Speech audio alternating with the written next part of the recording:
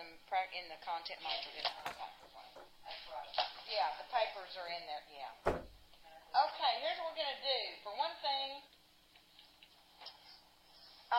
let's just look in your book. Section 1. Section 1 is information about corporations. You are responsible for reading this information and becoming familiar with the terminology. Okay? I'm not just going to sit here and read it to you. You can, because that's all. Well, I'm going to go over to the part where we're going to talk about the actual entry. So y'all can do Section 1, and Section 2 is also information about capital stock. So you are responsible for reading that information and just learning the terminology and becoming familiar with it, okay? Because that's all it is. It's just telling about the different kinds of stock. So we're going to jump over to Section 3, and that's the section we're going to look at, recording the transactions that have to do with capital stock. So since we're talking about corporations, we're talking about stocks and stuff, which is different from what we've done so far. Let me get down here and find that section where it starts. Yeah. Where do we plan to get to? What chapter do we plan to 22 is our last chapter. Yeah. 22 is our last chapter. We're going to do 20, 21, and 22, which all has to do with thank you so much. Corporation. Yeah, corporations. And we're going to do the corporations, and here's what we're going to do. If you want to go ahead and let's all take a look at the end of chapter 22 on page 799 and 800 and 801 and 802. Okay. All right. This is what we're going to do. This is the assignment that we're going to do with these 3 chapters. Okay. We're going to do a few little exercises in class for you to practice. But this will be our assignment. It's kind of like the partnership one, only this one's just over these 3 chapters. Okay? Okay, so it's not going to be like... No. It's a mini practice set. Mini And there's practice 3? Yeah, mini practice set 3. And the, what is that D? Where's that shadow coming from? When I walk up, look. When I walk up, there is a shadow on me. Where's it coming from? Nothing's in front of me. Maybe it's the projector. I guess it's the projector. I don't know. Weird. I feel like I have to jump. I have to be taller to get above the shadow. I can tell you what it is. What is You're it? standing in front of the screen, and the light from the screen is coming down, and only part of it hits you. What hits you is the bottom of the screen that we see. That's the light from your projector. I'm not in front of the screen. The screen's behind me. Why would the shadow not be? Because there is a shadow behind It's the projector. It is the projector. It is the projector. It's the projector in this. It's the little. It's just yeah. Yeah. Oh well, how funny. I thought something's in front of me that I don't. Anyway, the Kansas company. There's a ghost in here. All right. So what we'll do, and you'll notice, the paperwork for these are all in the content module. You can go ahead and print them out. Because what it is you'll be, a lot of stuff is kind of similar, right? Opening your general ledger account. It's not like it's something like brand new. The only thing that's different is the kind of transactions you'll be making, okay? The transactions are going to deal with, now if you'll notice, you've got a bunch of accounts, right? Do you have a ledger sheet for all those, or just the one sheet? The chart accounts, do you have ledger sheets in that packet for every? So what you'll do is, if you want to go ahead and kind of get yourself ready, you can go ahead and start setting up your accounts, like labeling your general ledger accounts from that from page 800. So it's got all your chart accounts on there. Are you going to give us the forms we're going to need? I just said you need to print them out from the content module. Yeah. Okay, sorry. They're in the content module. Did I mail them to y'all, or did I just? No, they're in the content module. Okay. But I might have attached them to the assignment that's on there. But anyway, you should be able to print them out. Yeah, print them out from the content module. It says mini practice set 3. That's it. That's it. Yes, that's it.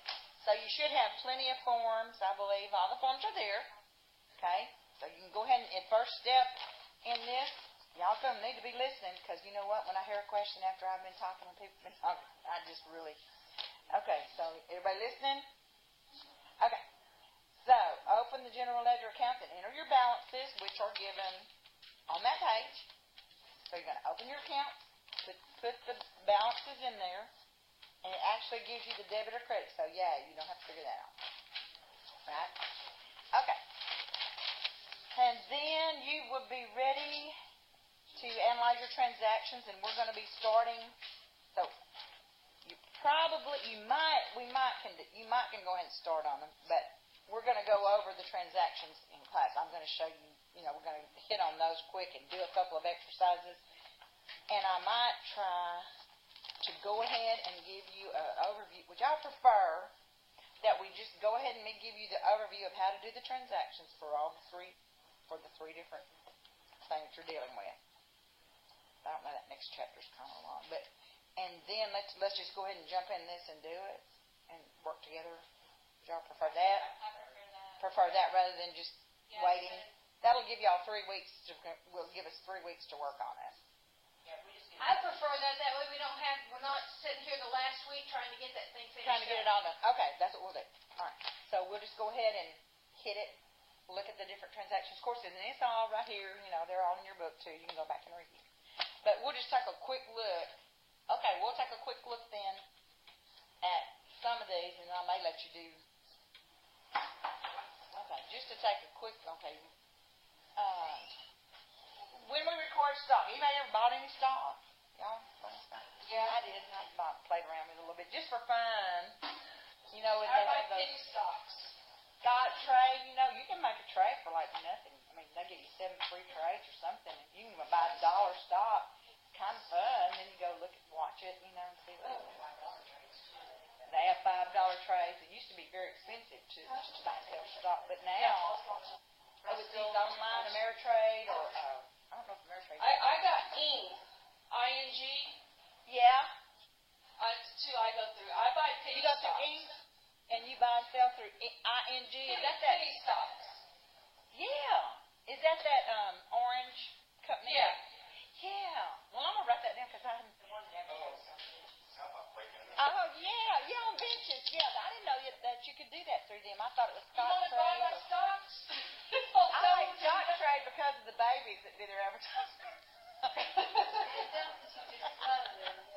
They're so cute. He goes, look at my surprise face. Yeah. Like, oh, you didn't win the lottery? Okay. And then he gets on his phone. Those are fun. Anyway, okay, let's go. So, stock is issued.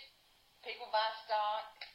Sometimes they issue stock. Well, most of the time it's for cash, right? So, like on Ing or Stock Trader, one of them, you can set up your account, and then you can just go on there and buy and sell. And it's kind of fun, They got dollar stocks, right, Jimmy? Penny stocks. Penny stocks. Yeah, it's You only never thing I know can what afford to we'll buy. do. Yeah. You can find stocks for less than a penny. My goodness. Well, you know what?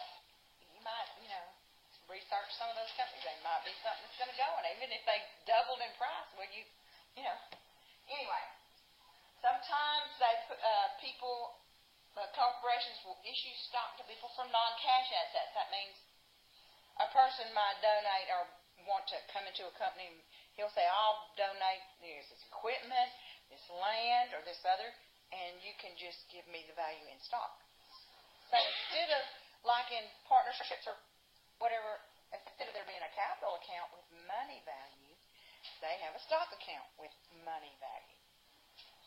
And it's in shares of stock, which means kind of good, right? Because that stock could go way up, and even though their money value of their stock is showing one thing, it's worth more. So, also for services rendered, and sometimes companies will give employees.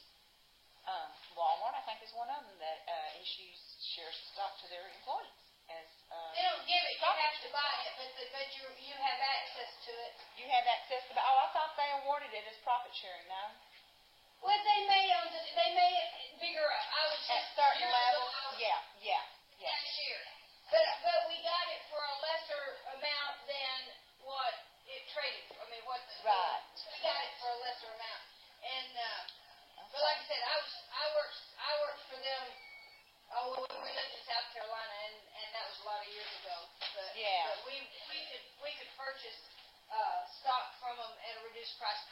haven't changed that since, but that's what it used to be. Yeah, it's a benefit for some employees, that they will issue them Sure. stock, yeah. And sometimes, which we'll get to later, they give people the option to buy subscriptions to stock. So they're saying to their key employees, you can buy this stock today at this stock price, but he didn't have the money to buy it today. So, okay, that's okay. We're going to put a subscriptions receivable account, like an accounts receivable. Give it to him at that price, so many shares, and then give him time to pay it. And then later, it could go up or down during that time, but he's got it locked in at being able to buy it at that price. All right, so let's keep going. Par value equal to stock is issued for cash equal to the par value of the shares. Cash is credited to the capital stock account. Let's look at that entry. So these are kind of the entries you'll make if we issue stock. Common stock, in this case, they issued common stock and preferred stock.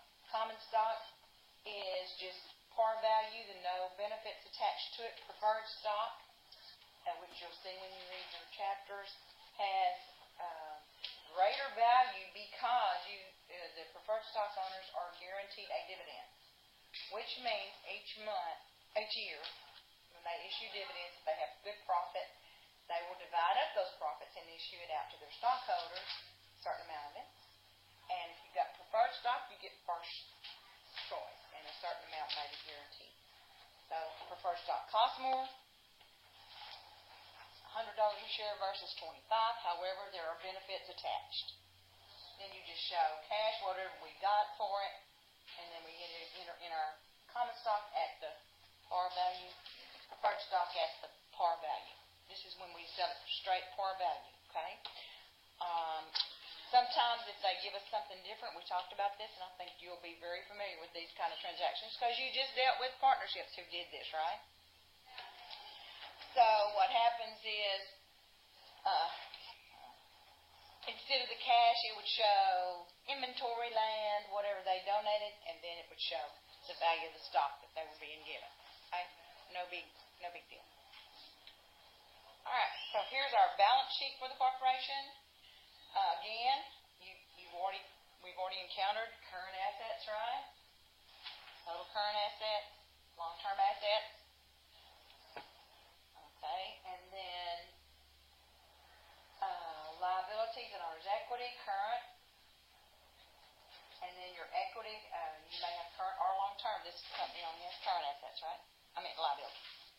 Stockholders' equity, and here we're going to show in our stockholders' equity the total amount of preferred shares that we issued, at what we issued them at.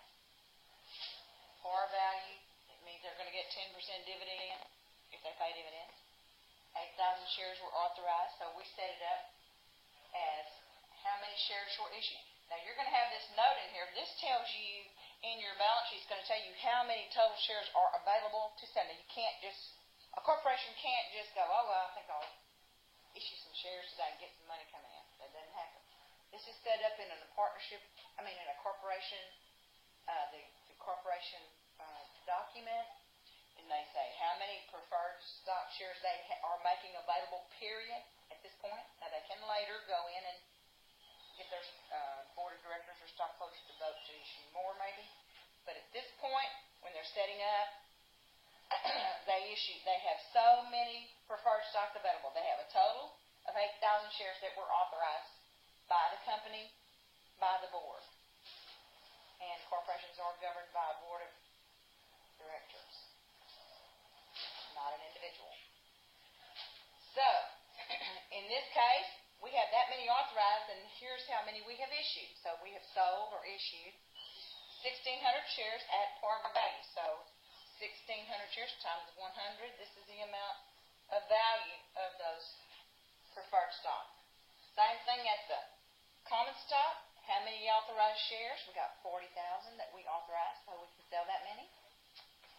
And at par value, 5,300 shares were issued. Go up here and look at how much, $25. And you find the value of your common stock. So this is the only thing new that you're actually encountering right now. It's just how to set up your, instead of capital accounts, we have preferred stock, common stock. we're going to show the number of shares we've issued. We sold. That means that's how many we sold. So the money for those, see, is included up here somewhere, right? In our assets, we used it just like we would have the money the partners had put in. So now you don't do anything with the 10% on the preferred stock. No. What you do, right. That means that they're entitled to a 10% dividend. Only if the company makes a profit and the dividends are declared. They would get 10% on, up to 10% for each share preferred stock. And that's only for the people that own it. So if we let's say, okay, good question. Let's say if we declared a dividend, how much would we have to pay out or arrange? How much money would we have to have available for that dividend? Would have to be 10% of the 160,000. Yes. Right, exactly. Only of the amounts that we issued, yes. Right, exactly. And that amount would go out to the stockholders. Okay. All right, good. Okay. Par value, though, they'd have to have all of it at the time that they issue any dividends to par value, right? What?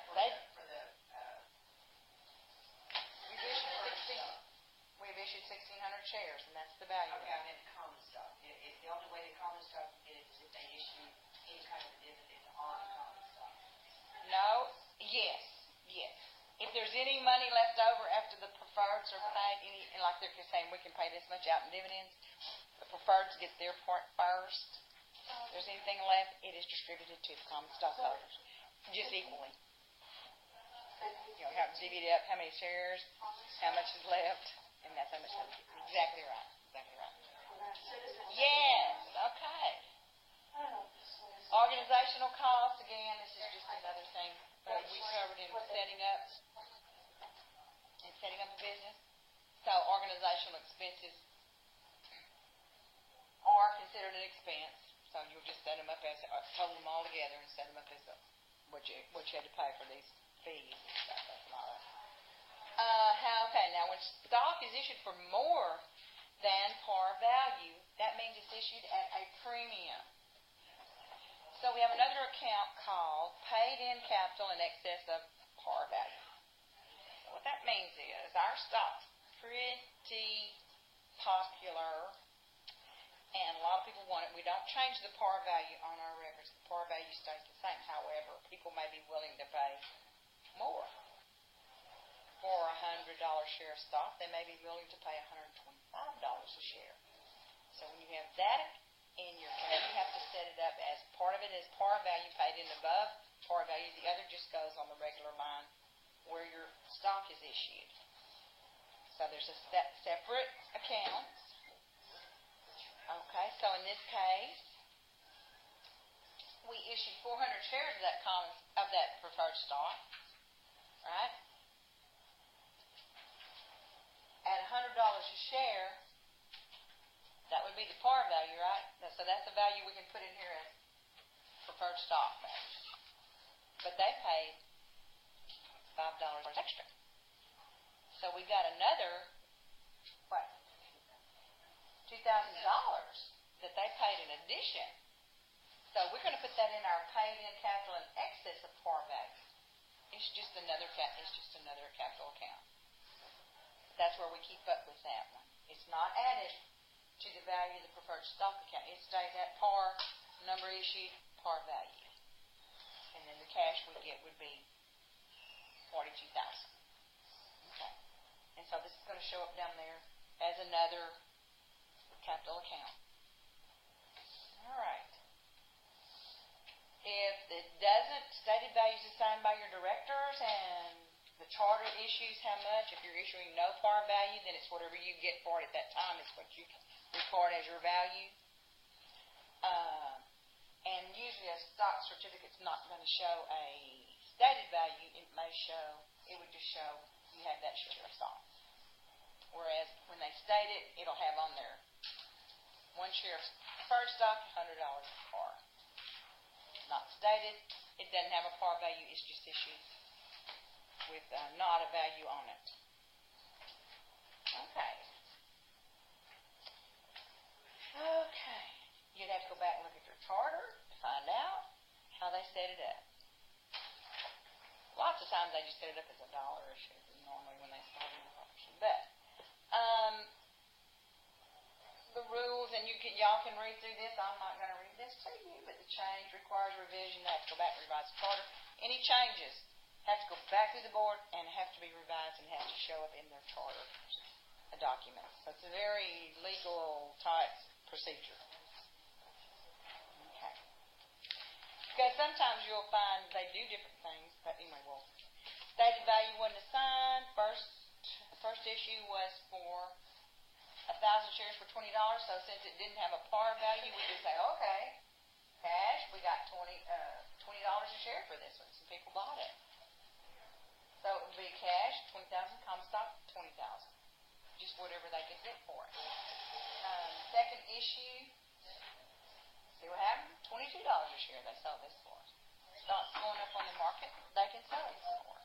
And if they have no par on it, they have to fool with the what? The paid in and excessive par. Okay. So it's not tricky or anything. You just have to remember if it's par, you do it one way. If it's not par, you'd have to deal with the premiums. And all of it goes right straight into the stock account. And you sell it just for whatever you got for it, in other words. Okay. And in this case, we did have a par value, and this is just showing you the difference on how you deal with it. And they got $26 a share instead of what the par value was, which was 25. So in this case, you can only show the 25 par on your common stock, and you have to show the extra dollar is going to have to show up in that paid-in capital in excess of par when you make your entry. All right. Everybody cool with that? It's not hard. It's not. I mean, you can go back and it's pretty straightforward. I don't think nothing we have to do formulas for on this one, right? Okay, subscriptions means, and I talked to you about it already. Gives you sort of a payment plan. Stockholder pays for the stock later. He gets it at a certain price, signs a contract that he's going to buy it, and he receives his stock certificate after he makes the payment. So, but we still have to show that he's got rights on that stock, so we have to set it up in our books. So we have a subscriptions receivable on common stock for $10,000. And it's subscribed, give the person's name, and he's going to buy 400 shares at the agreed price of $25. Pretty good deal for him if the stock goes up to 30, right? He still gets it at 25. He could turn right around and sell it and make a profit. Okay, everybody with me? Yeah? Okay. Think so. Subscriptions receivable, sort of like accounts receivable. It means they're just going to, okay. All right. And then when he pays for it, same way we deal with any kind of receivable, accounts receivable or whatever, you just show, okay, cash, and credit his receivables account, which would be, instead of accounts receivable, it's subscriptions receivable. And then we're going to go down here after we get rid of his show that he paid for it. We're going to set it up, take it out of the subscribed account where we had to put it to hold it for him, and go ahead and put it in, show that the common stock was issued, and put it as common stock. Okay. All right. There are many things. The rest of this is more details about corporations, how they're set up. You are responsible for looking at it. They have to have minutes. They have to have bylaws. They have to issue certificates. They have to have their stock ledgers. In other words, a list showing who all owns stock. You have to keep up with all that, just like you would your accounts receivable or your owner's capital accounts. Each one of them is a separate account. Okay, even though we lump them all together on our statements, over here in the book, we got every single person, even if they only own one share. Okay, so that's where we keep up with. And these are, okay. Okay, that wasn't hard, right? Not hard? Let's just stop for a second and just do a few, let's just make sure I don't think that part is, anybody feel like they'll have trouble making their entries? I guess when we get to them, you'll find out, right? Not till we do it, right? Well, let's jump over to, I think it'd help to go back and read the chapter too. Kind yeah, of you need to read your terminology. chapter. You need to read your chapter. Right, right. You need to read your chapter and be sure you. Okay, I just hate to, let me look at what those first transactions are. We might can go ahead and look at some of them.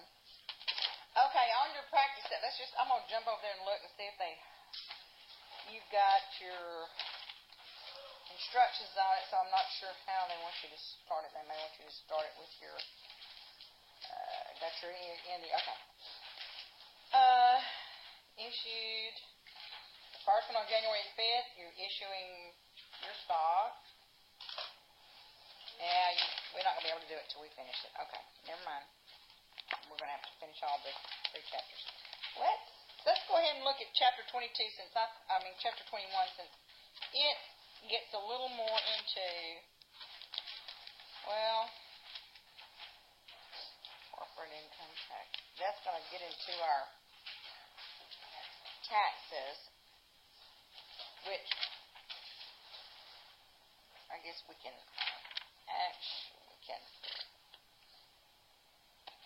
well, we can take a quick look at it. I don't want to jam too much at you right now, but okay, this gives us a chance to look at the worksheet. Okay, we'll go to the next one and take a look at it. Start it anyway, okay? And the next one is, all right.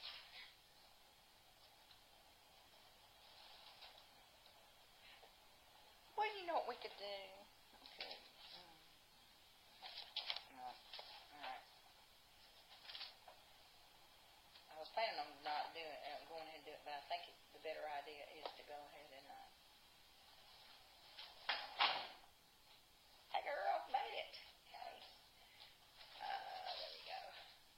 Over here, it's kicked me out of my phone. Okay, so we're going to go ahead and look at chapter 21 too.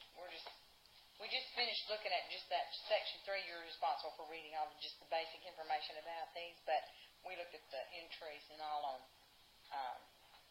which are not, those aren't that difficult, are they? Just to make your entries for purchasing your stock and all, so you can maybe view the. Why is it doing that to me? Okay, let's look at some more then. We'll just go ahead and try to get through some of this. Okay, estimating your corporate income tax and preparing your journal entries, and then the worksheet. Maybe we can get through this part. And then your adjusting and closing entries and your income statement, which is just the same procedure as we've been doing on worksheets. Difference is it's just figured a little differently. In that we're going to have to figure or make an estimate of our corporate income tax before we know what our income is, basically at the end. So. Okay. Disadvantage of the corporation, which you'll learn when you read those first part of your chapters in chapter 20, is that corporations have to pay income on their profits. And then, so it ends up sort of being double taxation in a way, unless you're an S corporation, which is something different. But because the corporation has to pay the income tax first, but then when the person gets the distribution of dividends, they have to also pay taxes. So in other words, that profit that the corporation's already paid the tax on goes to the stockholders, and they have to pay tax on it. What is that? Taxed here, taxed here. So that's one of the disadvantages. Remember, in your partnership, it only goes straight to the person, and they are only taxed on it. So difference being, of course, the corporate rates can be lower, and there are other advantages that offset that. But the rates are, and as of the printing of this book, first $50,000 that a corporation makes in profit, not net income, not sales or not total revenue, but profit. They pay 15%. The next 25. So it's sort of like you learned how to, figure the first 50, and you go to the next 25.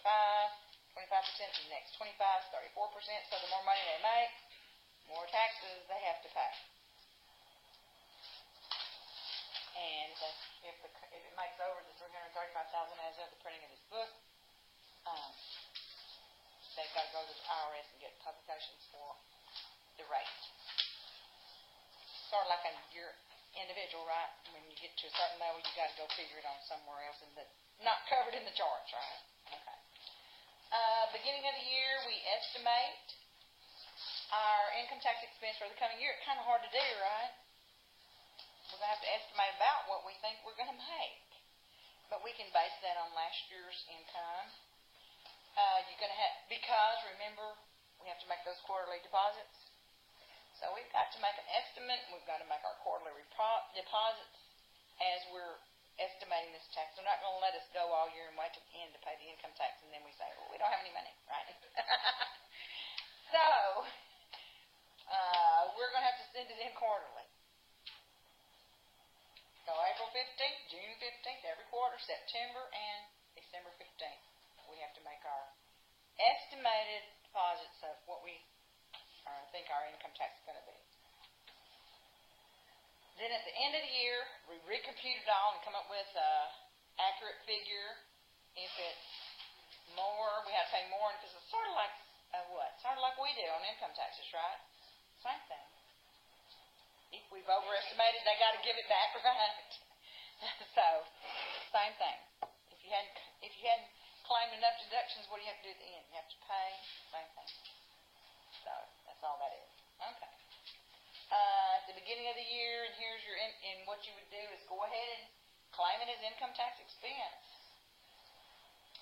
for your quarterly. So we've estimated it and come to that first quarter. We're saying, okay, we're thinking we're going to make $20,000 this year. I mean, our estimated tax liability at the end of the year is going to be 20. So first deposit we'd make just divide by 4. Make our first deposit, $5,000. Then on June 15th we'd make the next deposit. So this is just showing you you're making your deposit. Okay. At the end of the year, what happened? Well, we paid more than we had to. Right? We overpaid tax, $400. So we make a adjustment. We go ahead and make it to our, we debit the income tax expense and credit income tax. If the quarterly deposits were less than what we should have paid, we'd have to add more to our expense account and credit income tax payable on that last, at the end of the year. But if it was more, if we paid more in, then we're going to get a refund, right? Income tax refund. But they're technically not going to get a refund. What they do is just tie it over. They would pay less, right. At the end, they would make that adjustment. Well, actually, no, they would get a refund. If they had already paid it all in, yeah, they would get that back. Or at least get the credit for it, but we're going to show, they would show it as, it's got to come out of that expense account and show that we're going to get money back. Or, like you said, credit on our next tax. When we send in the next one. Okay, let's see. 2 ways to show the expense on the income statement: as a deduction at the bottom, or as an operating expense that's included in our operating expenses.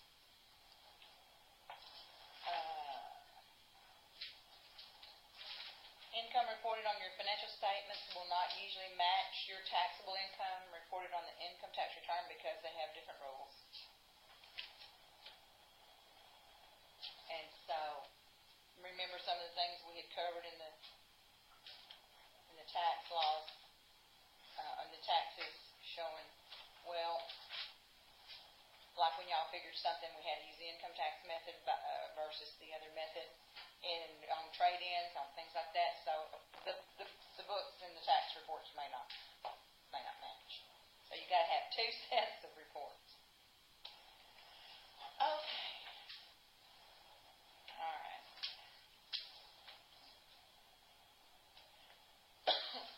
Because in tax work, sometimes incomes, since it's not collected or whatever, can be put in different years. Anyway, I'm going to let y'all read all this kind of stuff.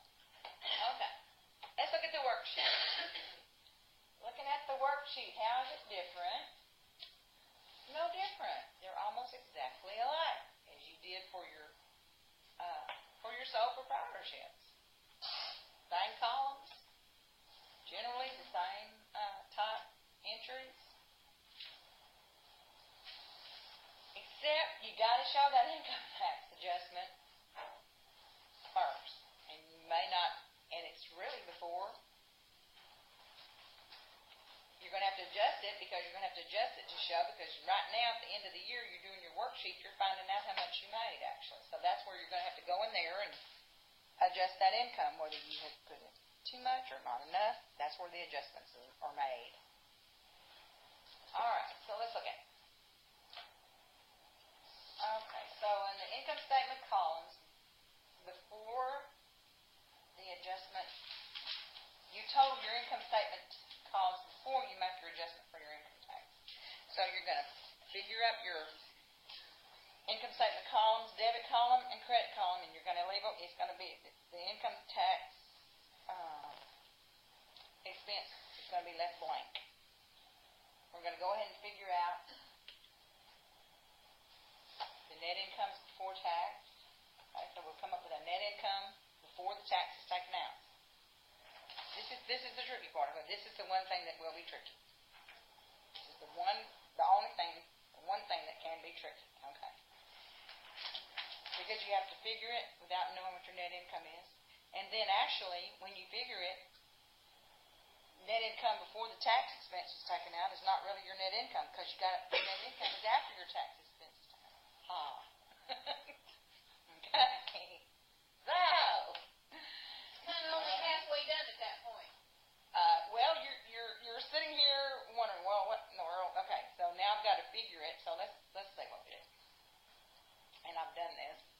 You go ahead and compute your income tax expense based on, okay, what we decided was we had $110,000 net income before tax. So what do we have to pay on that $110,000? Well, the first $50,000 is at 15%, right? So here's part of our tax expense. And another 25, right? Because now it gets us up to 75. The next 25 is at 25%. The next 25 is at 34%. Still haven't got to our total, right? Then we had 10,000 above that at 39%. There's your tax on $110,000, $26,150. When we're doing this, will we know the percentages? Yeah, they just gave it to you. Okay, I didn't know if those were set. Yeah, this will be standard.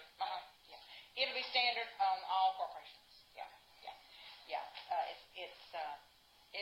It's probably different now, but as of the printing of the book, that was what that was.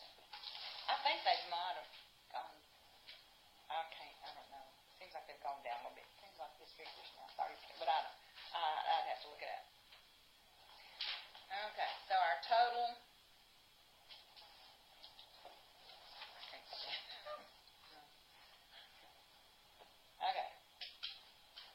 Okay, so our total, we just figured it, right? We took that number, figured it. 26,150. Okay. Then we're going to go back and look and see, okay.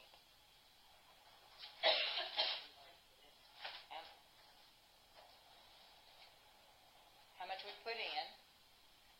Is this talking about the same company? That doesn't make sense to me.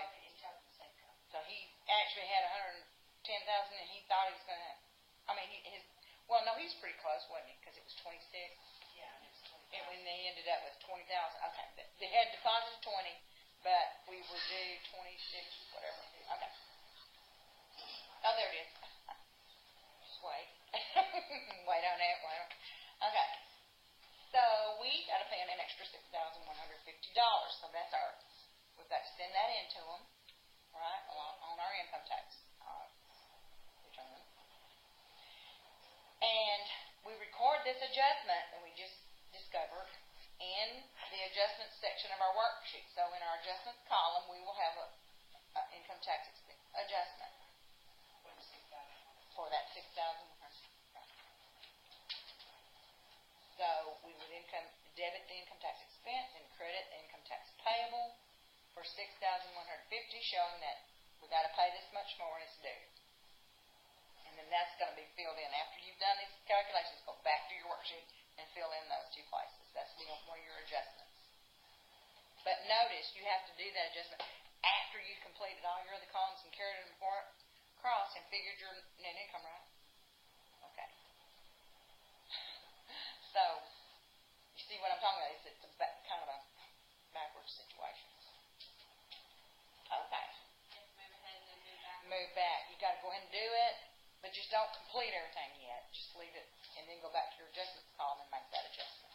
So that's the trick. Okay. Whoa.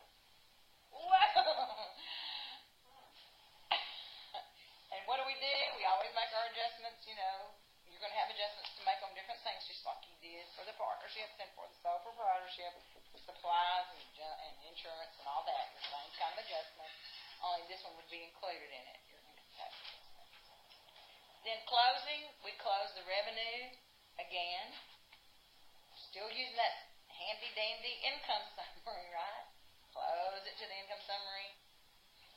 What's next? Expenses, same procedure. Look and see if we have a net income or loss in our income summary. Close it to, instead of capital though, it gets closed directly to retained earnings. So you don't have to worry about separating it up for partners, or it just goes straight into retained earnings. So it's not that bad, right? And we close it out to retained earnings. Any other kind of items that we have to deal with, highly unusual, and those are things like we talked about a little bit in the partnership one. If you have a loss on sale of an item or anything extraordinary loss, you had a tornado and it tore up everything that would go under your extraordinary losses at the bottom. After you've done your corporate income statement, after you've shown regular operations, right? Then if you have anything extraordinary, either you had a windfall, you sold something and made a lot of money on it, or a piece of land or a piece of equipment, or anything that happens or a loss occurs, that would go at the bottom. It's just like we did have one for other income and revenue. Now you'll have one, I believe we'll even call it extraordinary losses and gains. Just another section at the bottom of that. Make sense? It's not. It's just something different. You just figure it somewhere else. Okay, let's see if we can get through this. This is on paying the dividends, which we will have some entries on paying the dividends, declaring the dividend, payment of cash dividends. And sometimes they pay dividends, they issue people shares of stock as their dividend. And sometimes, have you ever heard of this? They split the stock. The person, instead of having 10 shares at $100, they now have 20 shares at $50. Very, very good when that happens, right? Because then it starts building back up, usually to the $100 level in the regular market. And recording any appropriations of our retained earnings, which would be like for stock preferred dividend payment, etc.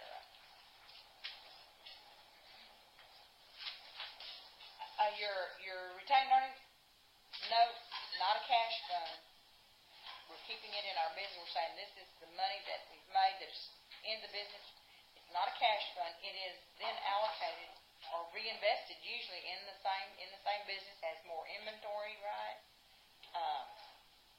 Buying plant and equipment, we allocate we have so many retained earnings for that, various types of other assets, and it may be distributed to our stockholders, which we hope after we set up our budget for next year and say, we're going to need this, this, and this. This is how every business operates. This is how this school operates. We set up our budget first. What are we going to need? Then, after we find out and allocate that, I'm going to say we're going to have to keep this amount in retained earnings to do these things we've got to do next year. Or it may be distributed in the form of dividends to your stockholders. And these appear down in the stockholders' equity section of your balance sheet. So it's going to show Retained earnings is gonna show anything that those retained earnings are being allocated for or held for. When you do have a dividend, the declaration date is the date when your board of directors has agreed upon it. The date of record is the date that you're going to actually give it. So they declare it on a certain date, and in that declaration, they set up the date that they're going to actually pay it. Okay. And then the actual payment date is the day on which you just go ahead and show your entry of paying it. All right. When we declare we're going to do a dividend. Down there in our retained earnings section, we're going to take it out of retained earnings, and we're going to put it in a common or preferred account called dividends payable. Oh, okay. It's not a warning or something, is it? So on the declaration date, that's what we do. On the record date, we just, over here, we're going to make a list of who all's going to get it. It has nothing to do with an entry. It's a place where we're keeping up over here with who gets stock in our big book of stockholders. And we're going to show who's getting it, who's getting the dividend, and how much they own, and how much their dividend's going to be. On the payment date, we're going to do it just like we do any payable account. We're going to debit the payable and credit cash. And the money goes out to the people. Just like if it was a salary payable, only it's a dividend. Okay. Stock dividend is when they issue more stock. Maybe made on a pro rata, how much